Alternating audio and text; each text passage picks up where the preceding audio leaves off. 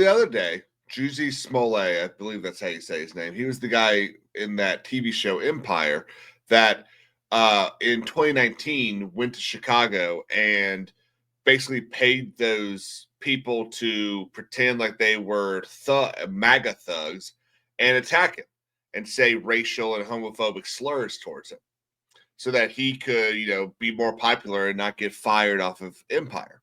Well, we all know what went down there.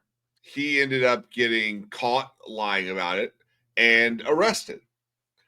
Well, Chicago really fucked up when they did that. So originally, Chicago arrests him and says, and after he gets indicted and everything, they say, okay, look, here's the deal. If you forfeit your $10,000 bond and do 16 hours of community service, we'll let this all go.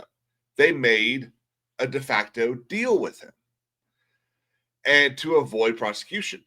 And he took that deal because he was guilty. And then when the backlash happened, he was recharged. And we all know what went down after that.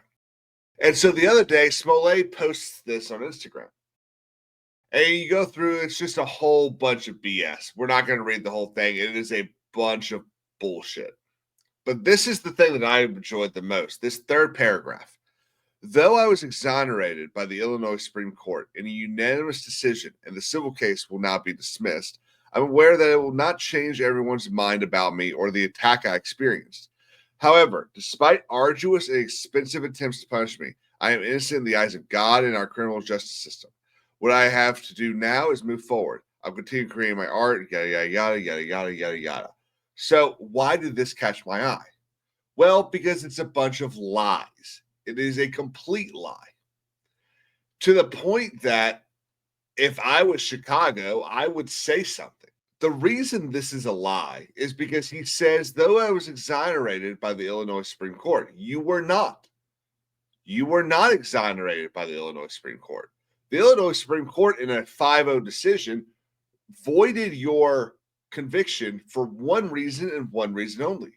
Because it was a violation of his Fifth Amendment rights.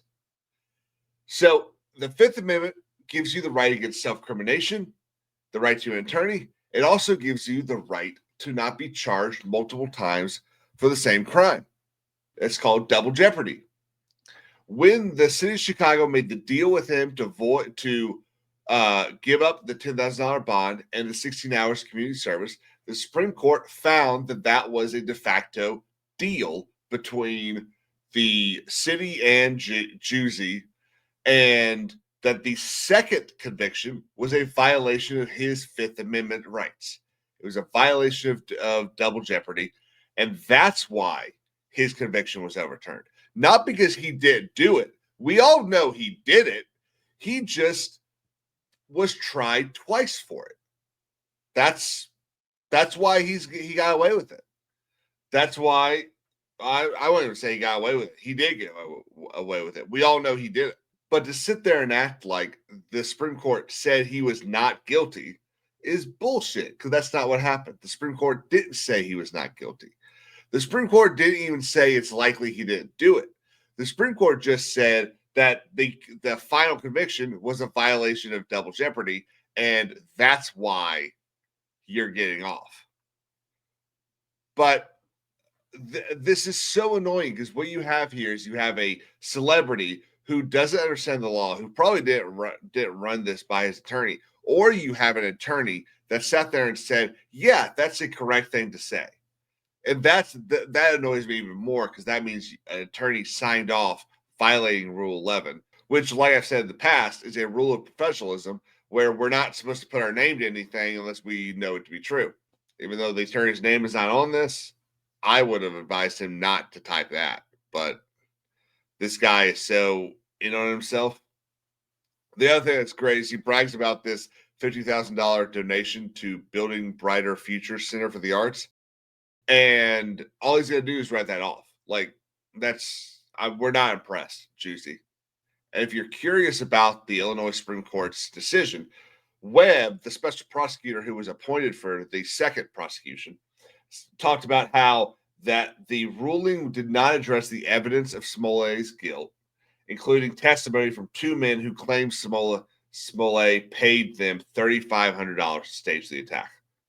I don't know about you, but this is one of the reasons that I made this channel, because I'm getting sick and tired of people taking the system that I love, the system that I swore to uphold, and using it to their betterment when they're just lying about it. Smollett is sitting here lying about this. None of it, nothing that he said is factually true. And because the Illinois Supreme Court found that he was tried twice for the same crimes, he gets to walk around as if he was exonerated, and he wasn't. That's all today, folks. Hope everyone has a great day, and we'll see you back here tomorrow.